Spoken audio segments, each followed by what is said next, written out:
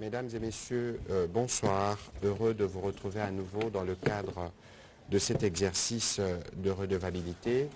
Il vous souviendra qu'il y a 48 heures, donc lundi dernier, nous avons tenu un briefing spécial où nous sommes revenus spécialement sur la situation qui prévaut à Calais à la suite des inondations et des coulements des terrains qui ont conduit à la disparition de plusieurs centaines de compatriotes. Avant de commencer cette émission, j'ai encore discuté avec le gouverneur Théo Cassi pour avoir les dernières nouvelles. Le bilan a été malheureusement revu à la hausse. On a quitté donc hier, nous étions à 412. Aujourd'hui, il y a 26 nouveaux corps qui ont été récupérés pour atteindre 438. Par contre, il n'y a pas encore des chiffres officiels des personnes disparues, contrairement à ce qui s'est répandu.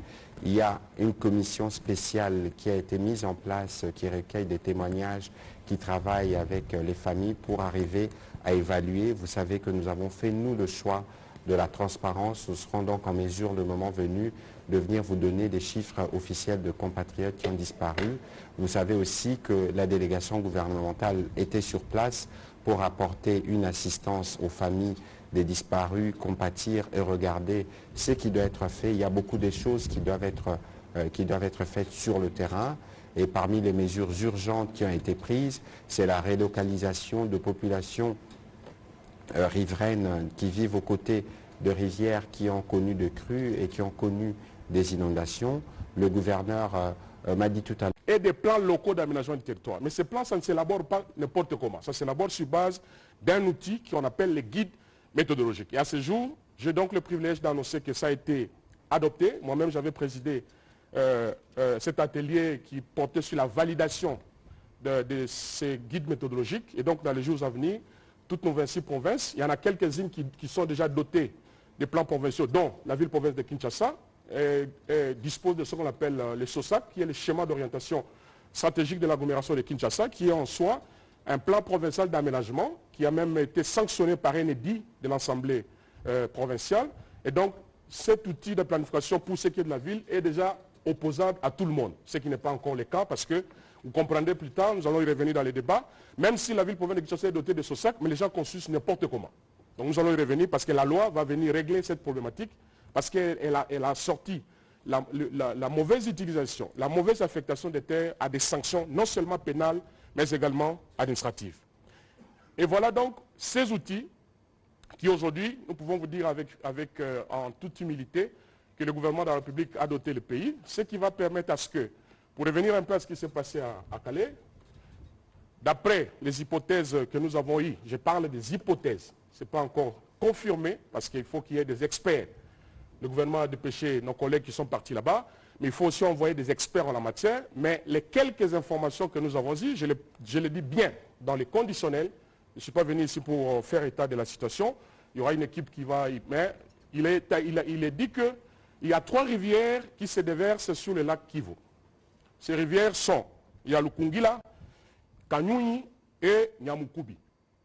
Ces 3 rivières, en se déversant sur le lac Kivu, avec les dérèglements climatiques, il y a eu l'augmentation des quantités d'eau dans le lac.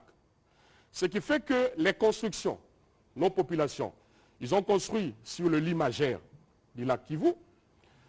Évidemment, ils vivent des activités champêtres, ils doivent cultiver les champs. Aussi, ils coupent aussi le bois parce qu'il faut trouver de l'énergie pour cuisiner, ainsi de suite. Ces 2 activités de l'utilisation de l'espace physique a créé une fragilité sur la terre ferme.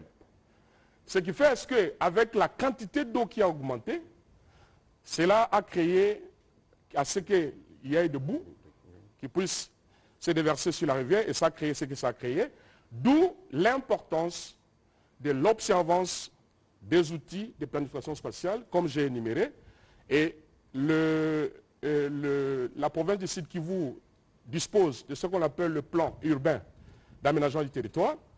S'il n'y a pas cette conscience collective, pour dire qu'on ne peut pas construire n'importe comment, la construction, l'érection de constructions, les affectations de terres doivent obéir à une logique, à une réglementation Ce sont ces outils que j'ai parlé et le gouvernement s'y attelle pour que notre population puisse vivre paisiblement et que notre pays puisse réellement connaître, comme j'ai dit, à l'horizon 2050, un territoire qui est très bien aménagé. Et au-delà de ça, vous savez que notre pays, la République démocratique du Congo, a connu une politique d'aménagement qui était extravertie. Ça veut dire qu'on s'est préoccupé de l'évacuation des produits. Les caoutchoucs qui étaient produits, les cafés, les cacao. C'est comme ça que vous voyez que les grandes agglomérations se retrouvent sur les frontières, dans les bornes. Et à l'intérieur du pays, c'est rare de trouver un Congolais qui quitte Kinshasa, qui va à Katakokombe, qui quitte Katakokombe, qui va à Kolwezi, parce qu'il n'y a pas de voies de communication qui permettent à ce que, dans une approche intravertie, qu'il y ait cette fluidité de circulation des populations sur l'ensemble du territoire national. Et aussi les déficits des infrastructures structurantes. Parce qu'il ne s'agit pas seulement de construire pour construire, il ne s'agit pas seulement de doter le pays des infrastructures qu'il faut doter, mais ces infrastructures doivent être structurantes et intégratrices. Et c'est le travail que fait aujourd'hui le gouvernement de la République à travers le ministère de l'aménagement du territoire qui, comme vous pouvez le constater, c'est un ministère transversal. Et au regard même de l'ordonnance portant fixation des attributions des ministères, notre dernière attribution nous donne le droit de faire de la planification, de la conception, de la construction, aménagement des nouvelles villes ou des villes existantes, mais cela en collaboration avec les autres secteurs, dont le ministère des Transports.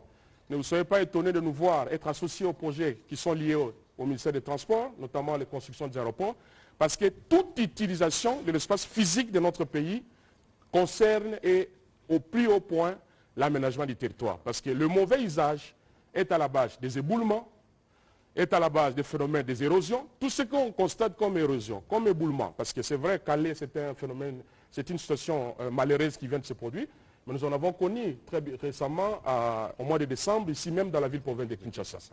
Et quand nous sommes descendus, on a constaté que la population avait construit sur des égouts.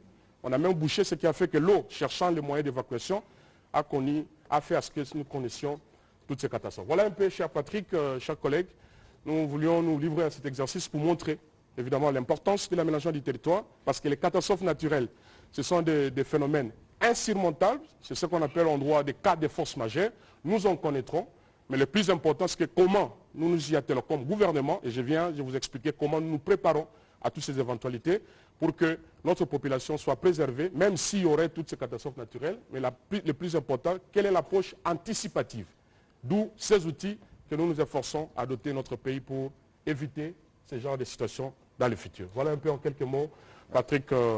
Je vous remercie, Monsieur le ministre d'État, pour la clarté de vos propos. Je tiens à rappeler ce que vous aviez dit ici au conditionnel, parce que sur ce qui s'est passé à Calais, le gouvernement, avec le gouvernement provincial, nous travaillons d'abord à gérer les plus urgents, c'est d'enterrer le mort, de rechercher les disparus, de voir comment reloger les populations.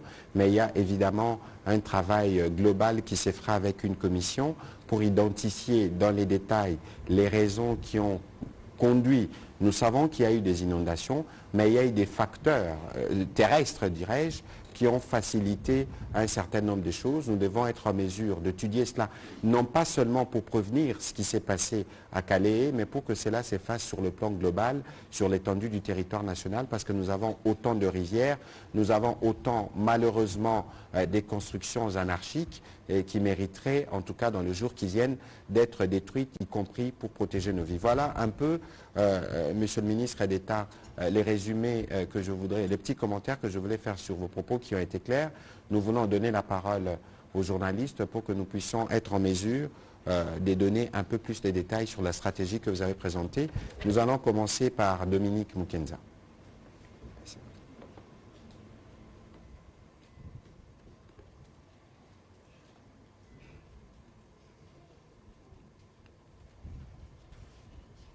Merci beaucoup, Monsieur le ministre.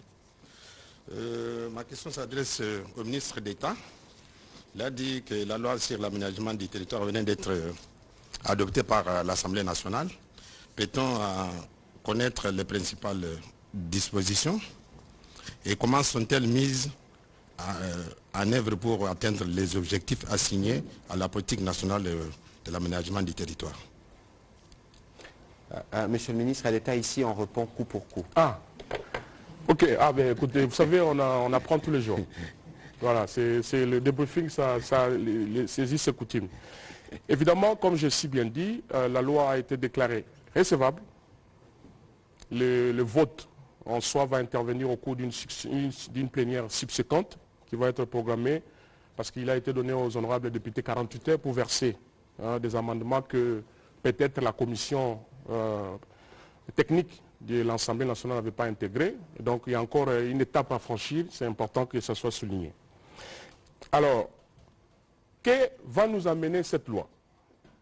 Vous-même peut-être, dans votre quartier, vous êtes victime aujourd'hui, vous avez une construction basse et quelqu'un vient construire R+2, R+3, R+4 en violant votre intimité. Vous allez me dire, mais écoute, il va vous produire une autorisation de bâtir. Oui, l'autorisation de bâtir, c'est délivré par les services de l'État, bien sûr. Mais cette loi, sa particularité, comme je dis, c'est que nous avons connu un vide juridique pendant 67 ans, avec le décret de 57. Cette loi est assortie des sanctions sur le plan pénal et des sanctions administratives. La sanction administrative va au-delà, y compris les gens qui ont posé des actes qui ne rentrent pas dans le cadre de l'affectation de l'espace physique de notre pays. C'est-à-dire? C'est-à-dire, il y a ce qu'on appelle des actes où vous allez aller au-delà de vos compétences. J'ai parlé aujourd'hui, j'ai dit tout à l'heure, la ville-province de Kinshasa dispose de SOSAC. Mais vous allez aller voir, si vous posez... SOSAC, c'est le service Non, déchargé. c'est le plan provincial d'aménagement du territoire. D'accord. Voilà. Ce SOSAC aujourd'hui a été validé par NEDI, l'Assemblée provinciale. Mais vous allez sur le terrain. Moi je dis, parce qu'il faut qu'on aille dans des cas pratiques. Ici, vous dépassez l'hôtel Diplomate. Oui. Il y a des personnes qui ont construit à côté de la rivière Makelele. Simplement parce qu'il a recouru à un architecte, des Congolais très brillants, il faut dire, nous avons des meilleurs architectes au monde, il faut le souligner. Il lui a élaboré un plan architectural. Il lui a dit, ben, je veux une maison pour moi, je veux que ma chambre, ma femme ait une grande suite pour ses soins. Et on dessine, on lui paye ses frais. Ce dernier va aller à l'autorisation de bâtir, il dépose le plan architectural. Mais la commission qui siège lui délivre l'autorisation de bâtir. Mais cette construction qui va venir, qui va être érigée, obéit à quelle affectation de l'espace? Parce que je vous ai dit ici, c'est la manière de répartir de façon harmonieuse. Donc vous prenez votre architecte, l'autre prend son architecte. Chacun va aller avec son architecte. À sa manière. À sa manière. Et on se retrouve dans une cacophonie, dans un désordre en termes de l'utilisation de l'espace physique. Alors, la loi va venir réglementer parce que nous avons, et ça c'est parmi les innovations que nous avons, le gouvernement de Warrior, il faut le dire, nous avons pu doter le ministère de l'aménagement du territoire de certains établissements publics qui n'existaient pas avant. Donc, il y a la NAT, l'Agence nationale d'aménagement du territoire, il y a le FONAT, le Fonds national d'aménagement du territoire, et nous avons ce qu'on appelle l'ONAT, qui est l'Observatoire national d'aménagement du territoire, en fait, qui est constitué des OPJ à compétences restreintes, qui vont prêter serment devant le procureur de la République. Ces derniers vont constituer des brigades. Leur rôle et travail sera de commencer à aller sur le terrain, parce que je vous ai dit qu'il y a une planification en amont. La planification peut dire, ok, sur base de la politique nationale, cet espace est affecté aux activités agricoles. Ça, c'est l'aménagement qui détermine en amont. Cet espace est affecté à l'utilisation minière. Ça veut dire que même si, là où on a affecté pour les usages résidentiels, même si on trouve un filon d'or là-bas, des gisements importants, on ne peut pas faire une exploitation minière dans cet endroit-là. Je reviens moi-même récemment de la province de Lualaba, j'étais à Kolwezi, où c'est une zone minière, mais il y a des constructions qui sont érigées. Ce qui fait à ce que vous pouvez vous retrouver, vous êtes en train de creuser pour faire la fondation. Et vous trouvez du cuivre. Ah voilà. Comme chez ma tante. Exactement. Vous allez démolir pour les anciennes villes ou vous allez faire quoi? Alors, vous savez, la loi, quand elle vient, elle est impersonnelle. Vous savez, le principe de la loi, elle est toujours impersonnelle. Elle n'est pas faite taillée sur mesure pour des règlements de comptes. nous allons d'abord vulgariser. Et c'est ça même l'occasion, je remercie mon collègue Patrick, pour commencer déjà à préparer la population, parce que les gouvernements, et ça a été décidé, c'est pour cela qu'il y aura la loi, on ne va plus utiliser de manière abusive l'espace physique de la République démocratique du Congo. C'est fini. Vous allez encore avancer pour dire, mais attendez, nous avons un arsenal juridique ici, il y a autant de lois, mais qui l'applique? Oui, c'est bien. Mais moi, en ce qui me concerne dans mon secteur, du moins, vous savez que le gouvernement a été installé sur base d'un programme. Nous avons reçu mandat du Parlement, parce que l'aménagement, c'est le pilier 4 du programme du gouvernement. Nous devons nous y atteler pour que la politique de l'aménagement puisse s'appliquer. Et donc, les sanctions pénales, il y a des amendes, il y a les peines de servitude pénale. Au-delà des amendes, il y a aussi des sanctions de servitude pénale. Les gens qui vont faire la prison simplement parce que vous n'avez pas utilisé, comme il se doit, l'espace physique de notre pays. Tous les autres problèmes, des conflits ici entre les tribus, les gens se disputent les terres. Ce sont des problèmes de l'aménagement du territoire. Parce qu'on n'a pas si, non seulement répartir les personnes comme il se doit, mais aussi on a un problème des inégalités en termes des équipements. Vous avez des provinces qui ont beaucoup plus d'infrastructures que les autres. C'est pour cela qu'il y a même la caisse de péréquation pour régler la problématique de ces inégalités. C'est-à-dire que si on trouve une infrastructure aéroportuaire dans telle autre province doit en avoir parce que c'est en termes de l'équité sur le plan national. Et tout ça, ça relève de l'aménagement du territoire. Il y aura tout un chapitre.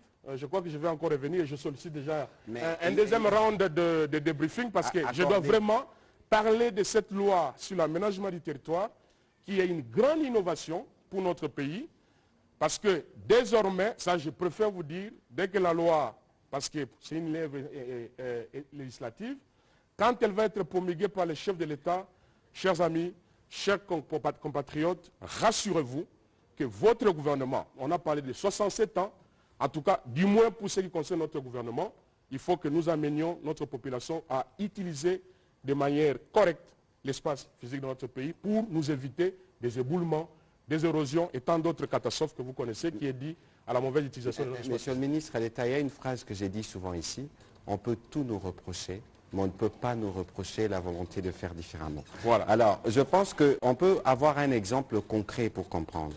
Lorsqu'on parle d'aménagement, regardez les maisons de la commune de Lingwala ou de la Gombe. Elles ont presque toutes la même dimension en termes d'espace, presque toute la même architecture.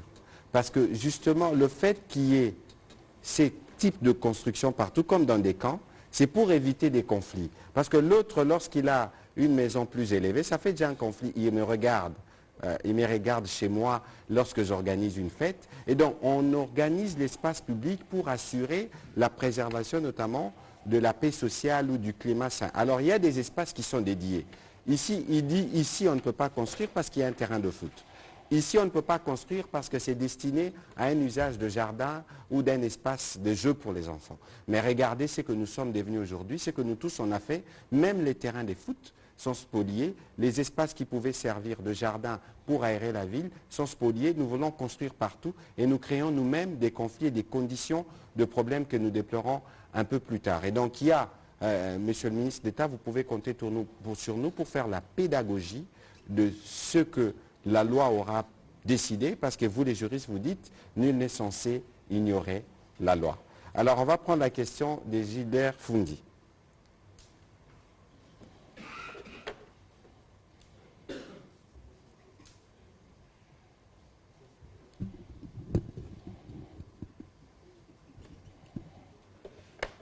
Merci. Juste une question pour le Mineta. Excellence, à droite, nous avons l'aménagement du territoire. À gauche, nous avons Calais. Qu'est-ce que nous pouvons voir à l'idée, la mission que vous avez dans votre ministère en rapport avec de tels événements? Et quels sont les projets d'avenir, c'est-à-dire quelles sont les mesures prises en rapport des mêmes catastrophes qui pourront nous surprendre dans l'avenir? Merci. D'un côté l'aménagement, de l'autre Calais. Nous avons un rôle de prévention, un rôle d'anticipation. Anticiper pour nous, c'est que la province de Sud-Kivu doit se doter de ce qu'on appelle le plan provincial d'aménagement du territoire et des plans locaux. d'aménagement du territoire. Ça, c'est l'extrême urgence et c'est un exercice qui doit se faire sur l'ensemble du territoire national. Il faut qu'on puisse finaliser ça. Et ça, comme je vous ai dit, ça a déjà commencé. La ville-province de Kinshasa, on en a. On est tenté d'aller parce qu'on ne pouvait pas élaborer ces plans provinciaux sans les guides méthodologiques qui venaient d'être validés. Une fois que ces entités vont disposer de ces outils de planification spatiale, cela va se répercuter, non seulement avec la loi qui va arriver pour accompagner, parce que vous savez, le secteur de l'aménagement jusque-là était régi par un acte réglementaire. Il n'y avait que l'ordonnance du chef de l'État fixant les attributions du ministère de l'aménagement du territoire. Les autres sectoriels, ils sont régis par des lois et à chaque fois, dans le cadre de la pyramide juridique, la valeur en termes de normative de notre secteur était inférieure. Donc là, avec la loi, on va avoir un cadre légal. Ensuite, nous allons avoir aussi le cadre institutionnel, parce que vous savez, l'aménagement comme secteur transversal. Nous allons maintenant aller nous brancher avec les autres sectoriels pour dire, OK, la province décide Kivu. Comment va s'organiser les affectations d'occupation des terres? C'est ça le problème. Et ces affectations doivent se faire sur base du plan provincial d'aménagement du territoire. Donc il faut qu'on accélère. Pour que nos populations savent où il faut construire, là où il ne faut pas construire. C'est très important. Et même la population qui doit être aux côtés des lits, des lacs, il y a des normes en termes d'occupation spatiale qu'il faut observer. Et donc c'est un travail que nous avons déjà commencé, comme j'ai dit. Il ne faut pas qu'on nous dise c'est parce qu'il y a une catastrophe, les gens sont prêts un peu à... Non, non. Le gouvernement dans l'anticipation, on est déjà en train de travailler, mais maintenant on va intensifier pour que ce même travail qui se fait, non seulement au niveau du site Kivu, parce qu'il y a aujourd'hui par exemple la problématique de l'extension de la ville de Bukavu, qui est vraiment saturée, même aussi Kinshasa. Vous savez, Kinshasa, on n'occupe que 30% de la superficie de Kinshasa. Nous tous, on est concentrés à Matongé, à Yolo. Sur 2500 km, voilà. Et dans une ville où il y a 10 000 km. Voilà. Et tout le monde est concentré. C'est comme, par exemple, chaque matin, tout le monde direction Gombe.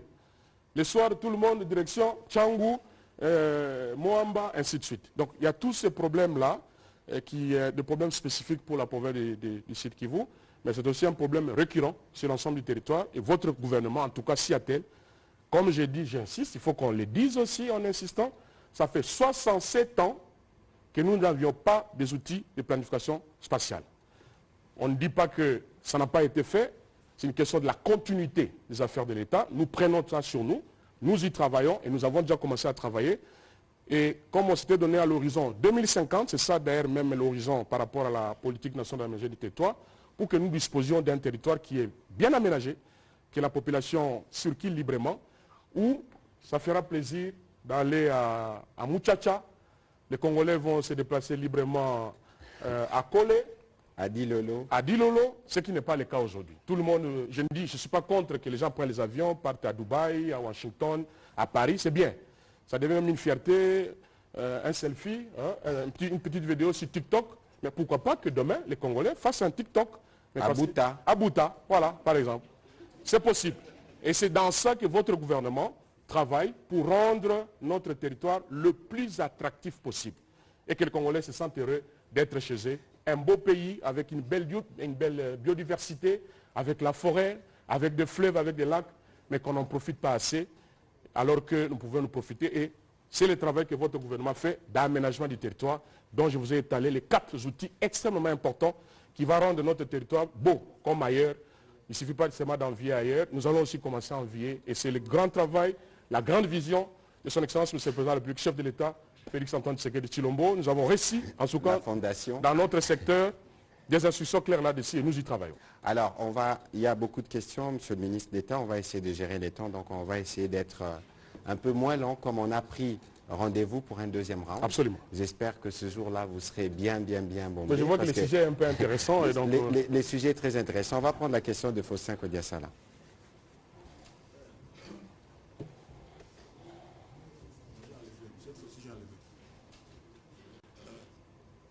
Merci Excellence. J'ai juste deux questions, une question générique, une question spécifique. La question générique, Excellence, bien avant, vous parlez tout à l'heure de l'adoption de la loi sur l'aménagement du territoire, mais avant ça, vous avez déjà multiplié des créations au niveau de votre ministère. Vous avez créé une agence nationale d'aménagement du territoire, vous avez encore créé un fonds national d'aménagement du territoire, et on apprend même qu'il y a encore une cellule qui est en gestation au niveau de votre ministère toujours en matière d'aménagement du territoire. À quoi servent toutes ces organisations? Est-ce que vous ne craignez pas qu'il y ait télescopage alors que la loi n'est pas encore formellement adoptée? Ça, c'est la question générique. La question spécifique, on vous connaît, vous êtes ministre d'État en matière d'aménagement du territoire. Au-delà de ça, vous êtes à la tête d'une fondation qui est très active, dont je ne cite pas les noms évidemment, mais qui se distingue aussi dans les travaux d'intérêt communautaire comme les travaux d'aménagement du territoire. Est-ce que quelque part vous ne craignez pas qu'il y ait un conflit d'intérêt par rapport à votre statut de ministre? Alors, je vais d'abord répondre à la question spécifique par rapport aux établissements qui sont sous notre tutelle. Ces établissements ont été créés sur base d'un besoin de la réforme. La réforme de l'aménagement, comme je l'ai expliqué, qui a commencé en 2015, exigeait dans sa mise en œuvre que ces nouveaux ministères qui venaient à peine d'exister puissent se doter de bras séquiliers pour mettre en œuvre les orientations en termes de politique publique dans le secteur de l'aménagement du territoire. Et si vous lisez bien les décrets de ces deux établissements, dont la NAT et le FONAT, et le décret numéro 08 et le décret numéro 09 du 30 décembre 2021, c'est clairement dit l'objet, le pourquoi de la création de ces établissements. Donc c'est venu combler un besoin. Il y avait le besoin de financement de l'aménagement du territoire. Vous savez, vous pouvez aller regarder, vous êtes journaliste, dans la loi de finances des exercices passés, l'aménagement du territoire n'est pas repris parmi les services générateurs de recettes publiques. Non. J'ai trouvé le budget, vous savez, la loi de finances, elle est publique, ce n'est pas un secret. Avec les FONAT, les Fonds nationaux d'aménagement du territoire, ça va permettre à ce que le secteur de l'aménagement puisse s'autofinancer. Parce que tout ce que j'ai essayé d'avancer ici en termes d'actions, ces actions qui se déclinent en termes de missions par rapport aux politiques publiques, nécessitent des financements. Et donc, FONAT a été créé pour ce fait. Il y a aussi l'ANAT, l'Agence nationale d'aménagement du territoire, qui est en train même d'organiser toute une école de l'aménagement du territoire. Vous savez, dans notre pays, on néglige beaucoup, que ce soit les corps des urbanistes, des aménageurs, sont des secteurs clés pour une cohérence dans la gouvernance territoriale.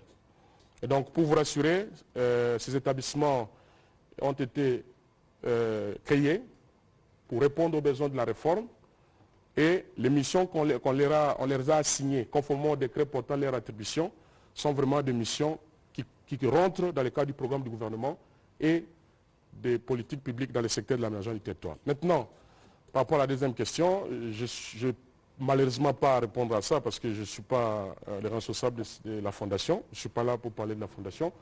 Je suis là pour parler de la ministère de l'aménagement du territoire. Et donc cette question devrait être orientée aux responsables de la Fondation dont vous avez fait allusion. Et c'est inapproprié pour moi, ministre d'État, de parler des structures privées en plein exercice de mes fonctions, malheureusement. Voilà, on va prendre la question de Pascal Moulélois.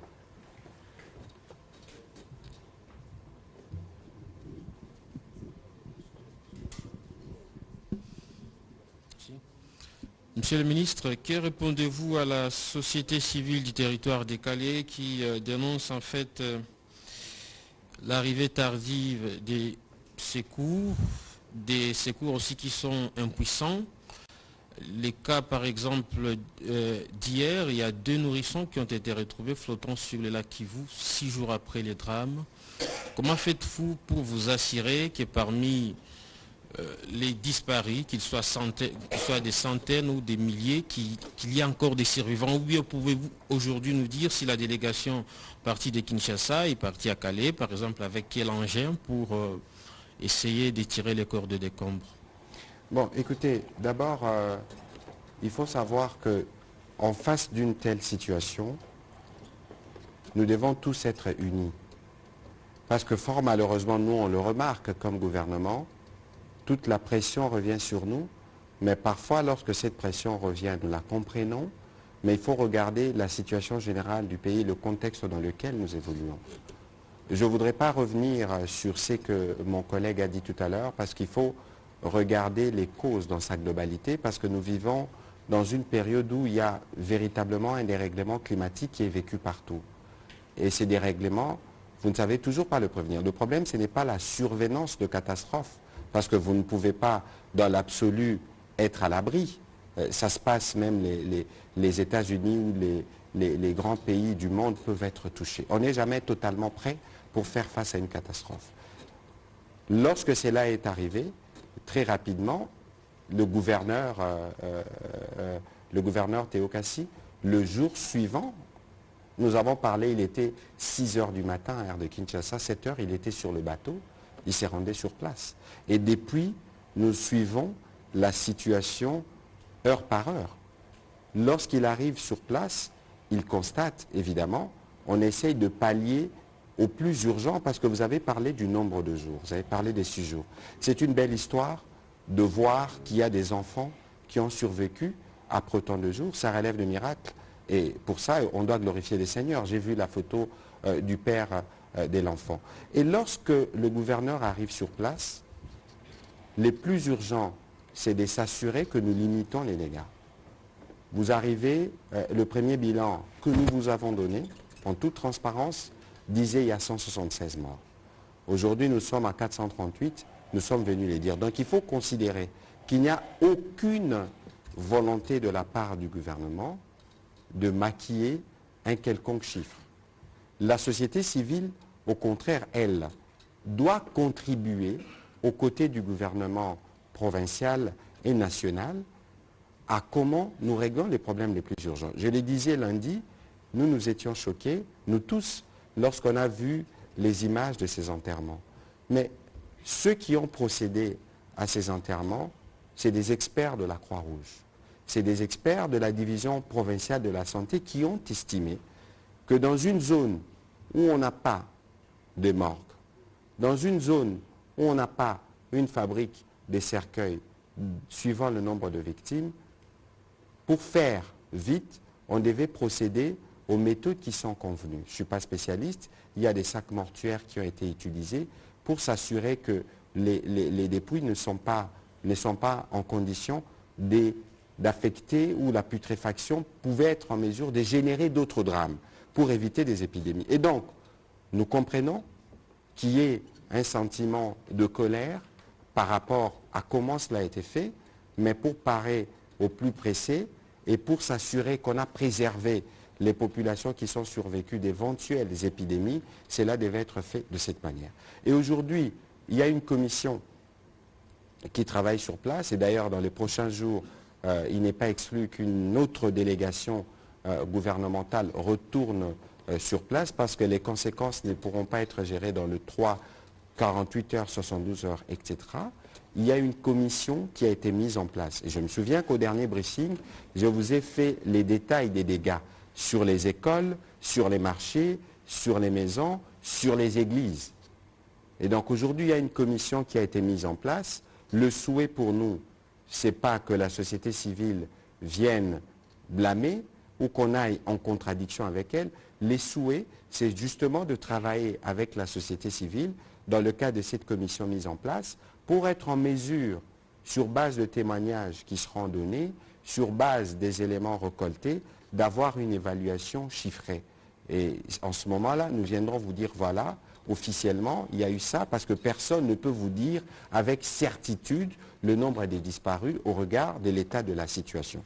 Et donc ici, j'en appelle encore une nouvelle fois à un esprit de solidarité. Ce n'est pas le moment de chercher à blâmer tel ou tel autre, c'est le moment de nous mettre ensemble aux côtés du gouvernement provincial du Sud Kivu, nous tous, gouvernement central, pour être sûr que nous avons géré la question dans sa globalité. J'ai discuté avec les gouverneurs, il y a un besoin des tracteurs parce qu'il faut évacuer à peu près 600 mètres carrés des boues qui se sont entassés, donc il faut s'assurer que des tracteurs prennent les bateaux et que des tracteurs arrivent sur place. Mais tout ça, c'est une logistique qui est gigantesque, qui doit être mise en place et nous travaillons justement à trouver des solutions. Je pense ici que la bonne attitude pour tout le monde, c'est d'observer une attitude de compassion, de soutien et de solidarité pour que nous puissions être en mesure très vite de soulager les populations qui sont touchées. Je vous ai dit tout à l'heure qu'on va les reloger vers l'aéroport de Luena.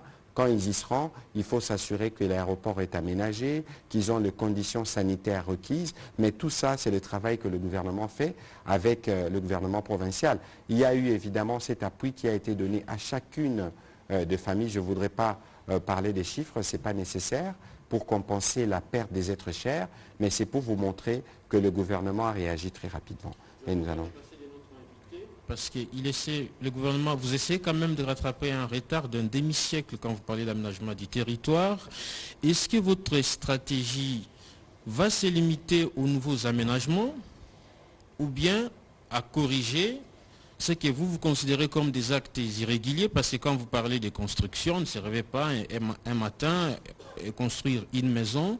Est-ce que vous mesurez quand même la complexité de cette tâche, où vous serez peut-être appelé demain ou après-demain à indemniser des gens avec des millions de dollars? La préoccupation que vous avez soulevée, elle est tout à fait pertinente. On ne va pas réinventer la roue. Il y a des nations, il y a des pays qui ont connu ces situations. On va s'y inspirer. Mais il ne sera nullement question pour le gouvernement de créer des tensions sociales. Ce n'est pas le rôle du gouvernement de créer des problèmes. Le rôle du gouvernement, comme le serviteur de la population, c'est de résoudre les problèmes. Alors, allons-nous continuer à vivre avec des problèmes, c'est-à-dire des conflits de voisinage, les problèmes de superposition des droits? C'est une option qu'il faut lever. Ou bien nous disons, ok, nous vivons avec nos problèmes jusqu'à ad aeternam, ou il faut les régler. Et quand il faut les régler, il y a un prix à payer. Et ce prix sera payé en toute conscience comme gouvernement, en tenant compte que nous sommes dans un pays qui est un État de droit, où nous avons des droits et des obligations.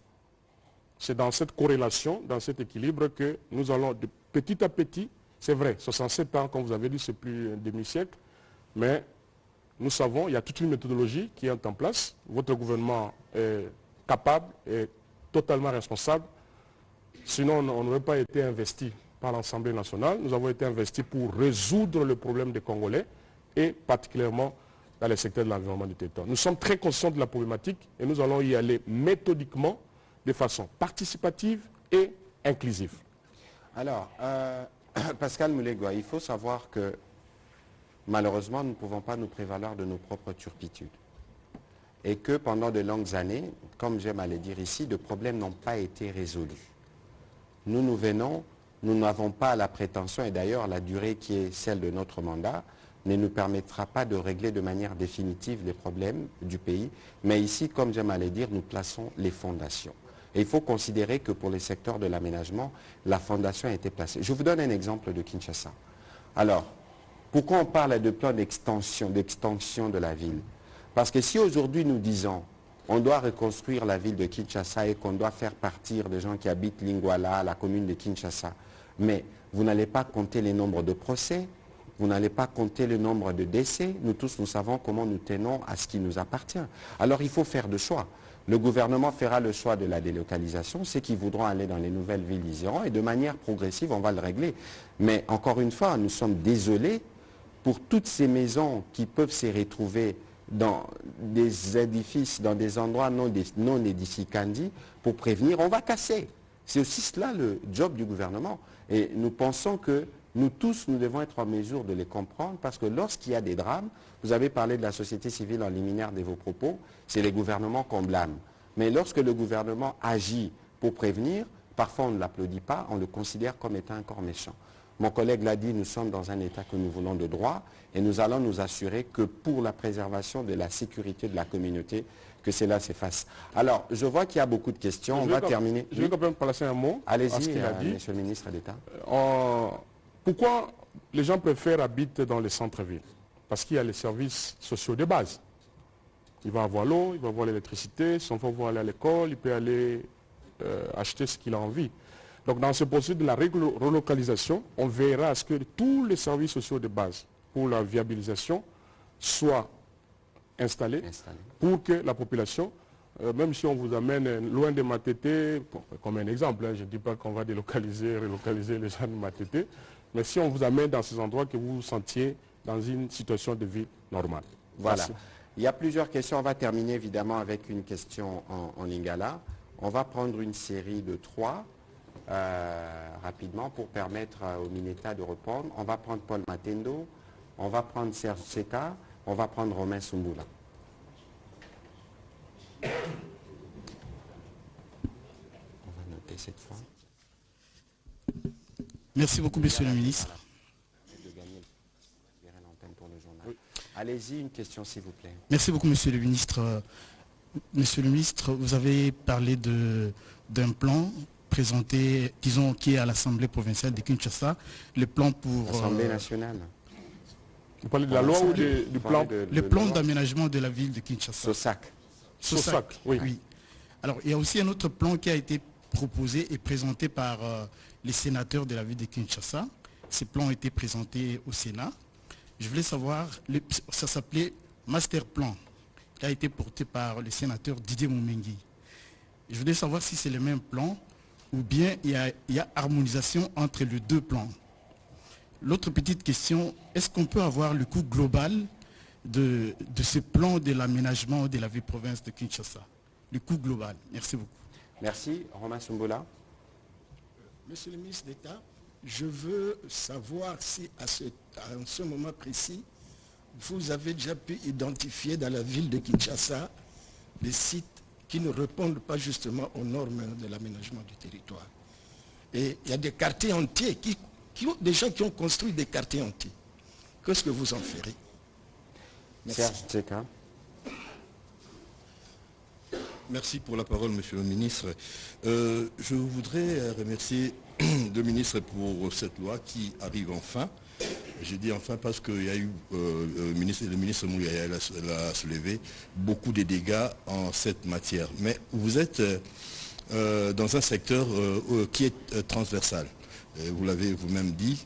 Aujourd'hui, nous avons des quartiers à Kinshasa comme Yolo, Bandal, Matete, où il y avait une certaine discipline, c'est-à-dire qu'il y avait une loi qui régissait la manière de construire. Et on est tombé dans une certaine indiscipline. Qu'est-ce que vous disposez comme moyen aujourd'hui pour amener les autres services de l'État à respecter l'aménagement du territoire? Ça, c'est la première question. La deuxième, vous avez parlé de cette politique d'anticipation. En attendant l'adoption de la loi Loando, qui permettez-moi de l'appeler comme ça, mais nous avons le problème au niveau de la baie d'Engalima. On continue à construire. Il s'agit de Kinshasa. Au moment où nous parlons ici, nous faisons ces briefings, et il y a des engins, il y a même... donc, on est en train de construire, disons, et on fait une pression sur le fleuve, et il y a des problèmes écologiques que nous connaissons, notamment dans la ville de Kinshasa. Ici, vers Sosimat, on a construit sur de câbles haute tension. Haute tension, on a des problèmes d'électricité. Je ne prêche pour aucune chapelle, mais des constructions qui empêchent certaines entreprises de la régie des eaux et la SNEL à fournir des services de base tels que attendus par la population. Est-ce que vous avez le moyen de résoudre ça dans cette politique d'anticipation, monsieur le ministre? Voilà, on va prendre Jules pour la question à Lingala directement, comme ça on est sûr qu'on a épuisé toutes les questions. Bon, Fabrice, vous pourrez aussi poser votre question à Lingala. Oui, merci. Merci, monsieur le ministre de la Communication. Biscuit Kami Balé pour la Mineta. Yali Bosso. Bissotan Toeba Amike.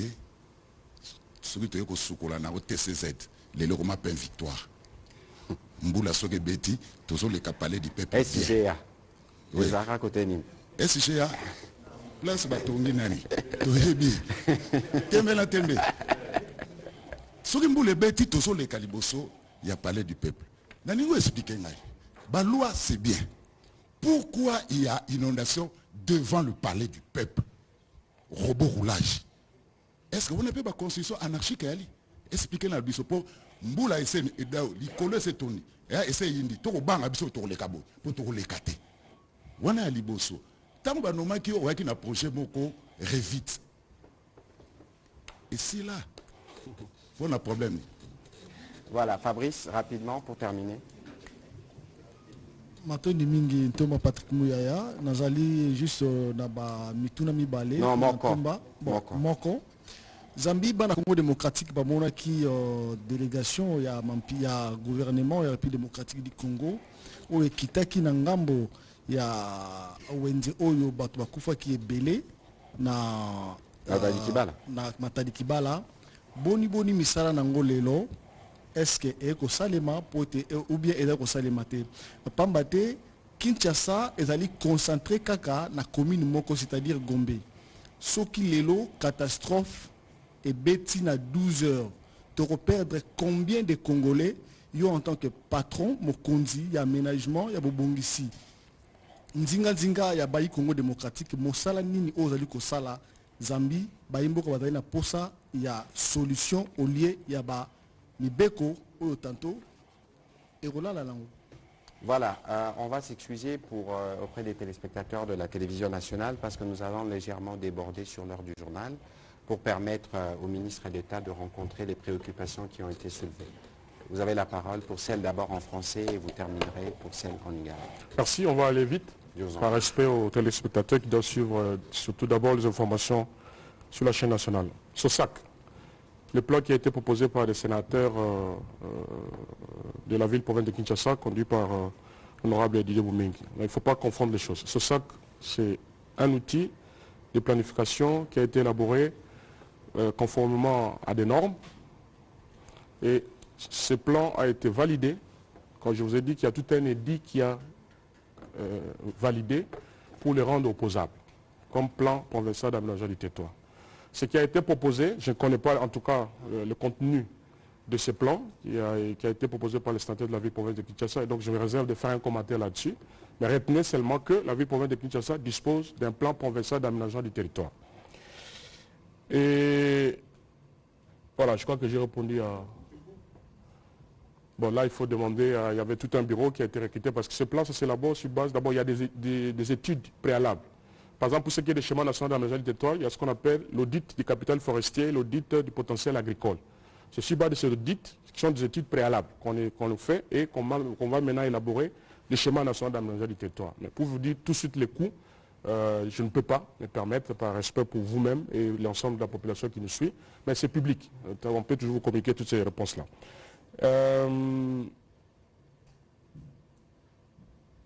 La question de Romain Soumbula sur des quartiers qui sont totalement mal urbanisés ou mal construits. Oui. Oui. Il y a un problème. Ce que vous posez comme question, c'est la problématique de la cartographie. Hein? On a déjà fait une étude, comme je dis, qui ne date pas d'aujourd'hui. Vous savez, Kinshasa avant et Kinshasa aujourd'hui n'est pas la même chose. Kinshasa a été construite pour 500 000 personnes. Aujourd'hui, on est à plus de 15 millions. Il y a un problème sérieux de pression démographique ici. Mais le gouvernement s'y attelle sur cette question-là. Parce qu'elle est voisine de sa résidence officielle. Oui, et de sa résidence officielle. Et que le gouvernement s'y attelle. Et des mesures idoines sont déjà prises. Et on préfère agir que de commencer à vous dire des choses ici. Mais soyez rassurés que c'est une question qui préoccupe au plus haut point le gouvernement de la République. Et Ndeko Gilles, motuna na yo kisasa ekomi kodinda eza nini eza obele likambo ya kosalela mabele ya mboka soko olandi na bozindo eza na bato mosusu batonga likolo ya baegu bisika omai efayaki ekenda kosevakue mpo akende komibwaka na ebale okokuta fondation ebandi bobele wana oyo kosala te ntango mai ekoya olieleka ekangami. Toutes ces problématiques eyebani au niveau du ministère de l'aménagement du territoire. Et ça, il n'a parlé du PPT. Même le boulevard du 30 juillet Zindaka. Vous avez vu, la banque privée, tout le temps à comboter, tant qu'on boule bête à Dindaka. C'est une question très sérieuse. Le gouvernement la prend au sérieux. La ville province de Kinshasa, lorsqu'il pleut, ce n'est pas agréable. Pourquoi ce n'est pas agréable? Parce qu'il y a trop de constructions anarchiques. Parce que moto na moto, azali kotonga, nenge posa na ye elingi. So ko zala mo lo menga na yo mo ebele, obi ba mo na penga ke na zape mo moto, fona tonga ndako étage. Ozo tonga ndako étage ata esiko yo tsengeli te ko tonga ndako étage. Nde likambo tozana yango yango. Yango ifo tozonga na alima nenge tolobaka, toyebi kezali mosala monene. Mais toza gouvernement te tokolemba te mokumba wana ya kozongisa bato na alima nde mosala tina oyo ensemble pe bino population bo investissaki à travers ensemble gouvernement na bino pe lobi tokozongela oyo tobengaka kin labele toza na eliki pe gouvernement na bino ekosala ete ya solo kisasa ezonga kisasa oyo tobanda kobenga kin label mais tokozonga kaka boye te, il y a un prix à payer pe prix yango j'espère que kosala pe bato mosusu pasi mais tolobi na approche moko participative et inclusive tokofanda tosolo totika mboka yango ezindaka ou bien tobongisa mboka. C'est un choix à faire.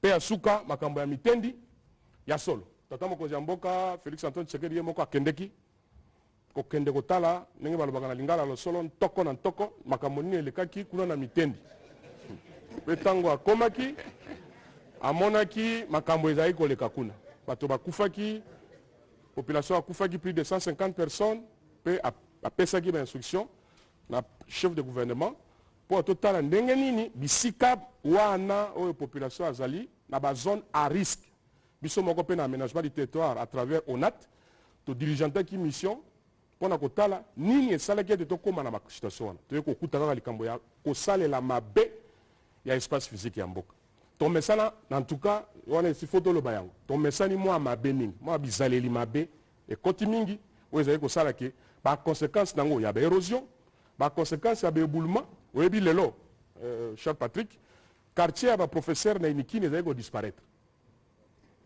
plateau de professeur ngai moko nakendaki kuna tala érosion ezo komenace site universitaire mpona nini po ete na likolo kote ya bambanzalemba likolo kuna bato batonga mabe mai alukaka esika ya koleka soki botyeli esika ya koleka te akobuka nyonso akokuta na nzela na ye.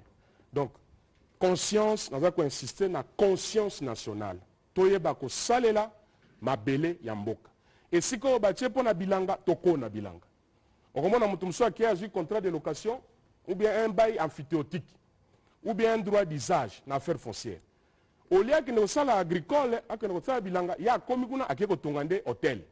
C'est le cas wana bakinkole awo bato baza na babail amphithéotique oyo babengi baconcession ordinaire soit amphithéose soit droit d'usage au lieu d'affecter espace wana na tino oyo bapesaki yo lokasa yo okei kuna otongi boîte otongi hotel ekomi site touristique orespecte affectation ya usage ya mabele bapesaki yo te tala likambo aménagement azali kotelemela ndenge tolobaka na kisala tala likambo tozotelemela nde yango wana mpe mikolo ezali koya population bayeba te tokoloba d'abord tokosala d'abord campagne ya vulgarisation avant tobanda kosanctionner po ete bato nyonso bazonga na alima tobika mpe na territoire oyo ezali mpe kosala elengi oyebi ntango tokendaka bamboka bapaya oza kokita na avion yo moko omoni ndenge mongoloto ya babalabala na elengi me epai na biso awa ntango ozokita obi oh!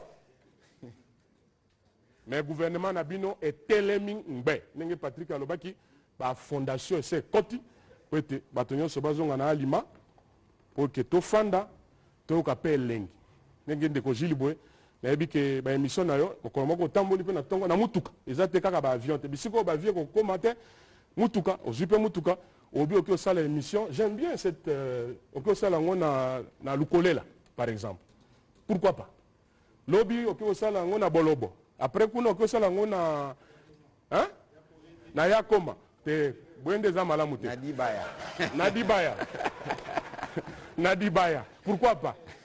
Donc ezali musala oyo gouvernement ezali kosala po ete bino nyonso boyoka elengi ya kofanda na Congo ya kitoko oyo ezali poumon en terme ya poumon forestier en terme ya bassin hydrographique fleuve Congo baenjeux mondiaux makambo etali réchauffement climatique makambo ya batourbière Congo bato tu bazolula ekoma mboka oyo eza kosala elengi ya kofanda mboka ya ngai na yo mboka ya Patrick Muyaya mboka ya président Félix Antoine Tshisekedi Tshilombo ezali mboka kitoko ebongi tofanda na ndenge elongo bani nde wana mosala ya ministère ya aménagement du territoire ngoloba ministère ya kobongisa mboka pe ya solo mosala wana tozwaki ba instruction epai ya tata mokonzi ya mboka à travers premier ministre na biso peuple congolais tokosala yango po ete botiaki biso esika tozali po ete ya solo tosala mosala wana pe mosala yango esili kobanda. Merci, Monsieur le ministre d'État. C'était quand même des belles... Ah, Revit. Revit, au moins, il Botimbouma, na PDL 145 territoires. Au moins, le programme, il y a mon naine, il y a qui toque. Il y a développement à la base. Au Tata Mokonziamboka a initié. À lobby, to zongi sa développement et sike utaki. Le programme wana ba confier ki yango na ba agence à travers le ministère et plan mais biso nyonso za kata comité à pilotage nde makanisi ezongi po ete na village na biso na baterritoire baekole ezala ya malonga bacentre de santé ezala te kaka ndenge ezalaki lobi ke moto azosala 300 km mpo na akuta esika hôpital ezali. Gratuité eyaki fo kolobela epesi biso plus de 4 millions d'élèves supplémentaires bakoti na kati ya kelasi. Mais il fallait en même temps des infrastructures scolaires batongi mpe baekole. Bozali komona ndenge barepartir mboka na biso na 3 zones BCECO azwi mosusu, CFF azwi mosusu na PNUD. Sikoyo omoni babandi kolakisa deja na bilili na bozo omona baekole ya sika esili kobotama baekole etongami selon les normes. Tala mbuma pe tina oyo revite epesi lelo revite oyo il faut koloba yango ezali repensons à nos villes, villages et territoires. Je pense pe ke yo moto olobi likambo wana aussi otongi ndako na mboka na bino. Et d'ailleurs, le Premier ministre tient un programme, chacun de nous doit avoir une maison dans le village. Monsieur le ministre d'État, merci beaucoup. C'était un bel exercice à la fois pour une meilleure compréhension de votre secteur, mais aussi pour l'apprentissage de quelques belles expressions en lingala originel. On espère que dans le deuxième round, nous aurons encore quelques bonnes pépites et que certaines phrases que vous n'avez pas dites en lingala, vous les direz en lingala, comme ça nous serons sûrs que votre lingala c'est vraiment le meilleur. Mais pour moi, le bien on a lingala. Voilà. Alors, avant de terminer cet exercice, parce que nous sommes dans une dynamique des refondations, comme nous l'avions dit tout à l'heure, dans le cadre de la salubrité médiatique, et comme cela a été annoncé, j'ai signé donc aujourd'hui 2 arrêtés ministériels portant sur les éditeurs de programmes admis à l'exploitation de la TNT dans la ville-province de Kinshasa et ceux qui sont admis comme diffuseurs publics. L'essentiel qu'il faut retenir, c'est qu'au départ, il y avait 262 chaînes de télévision, 103 dans la télévision numérique terrestre publique, 158 dans la TNT privée. Après travail, nous avons 107 chaînes qui sont éligibles à l'exploitation à la TNT, d'où les premiers arrêtés qui portent sur 107 chaînes. Puis sur les 107 chaînes en règle, 14 sont dans le bouquet privé et 83 dans le bouquet public. Sur les 83 chaînes de télé, 41 utilisent de laptops. Nous avons sur ceux qui utilisent de laptop, nous avons 28 qui les utilisent comme décodeurs ou faisceaux. À eux, un délai de grâce de 72 heures a été donné pour s'occuper du matériel adéquat, faisceau ou décodeur. 13 les utilisent comme télévision portable, c'est-à-dire qu'elles n'ont aucune infrastructure, ni studio, ni rien, mais elles viennent tous les jours à Pigeon pour télécharger des films. Vous savez que Pigeon est un site stratégique qui mérite d'être sécurisé. Nous voulons donc, pour des dispositions sécuritaires, limiter l'accès à ces sites. Et ce qu'il faut retenir, tout ce qui est admissible, tout celui qui est admissible éditeur de programme à la TNT est reconnu comme télévision, mais l'accès à la TNT publique n'est pas automatique. C'est une première phase que nous avons commencée. Toutes les chaînes qui ont été déconnectées aujourd'hui ont des possibilités évidemment de faire des recours parce que les décisions que nous voulons prendre ne sont pas définitives. Nous voulons nous assurer que ceux qui veulent investir dans les secteurs de médias répondent aux exigences du travail dans les secteurs de médias. Exactement comme le travail de refondation que nous faisons dans les secteurs de l'aménagement du territoire. Nous souhaitons donc que vous puissiez les comprendre et que vous puissiez nous accompagner dans cette démarche qui va conduire à la salubrité médiatique. Monsieur le ministre d'État, à nouveau merci. Merci à vous de vous être déplacé pour ces briefings et à bientôt. Merci. Merci.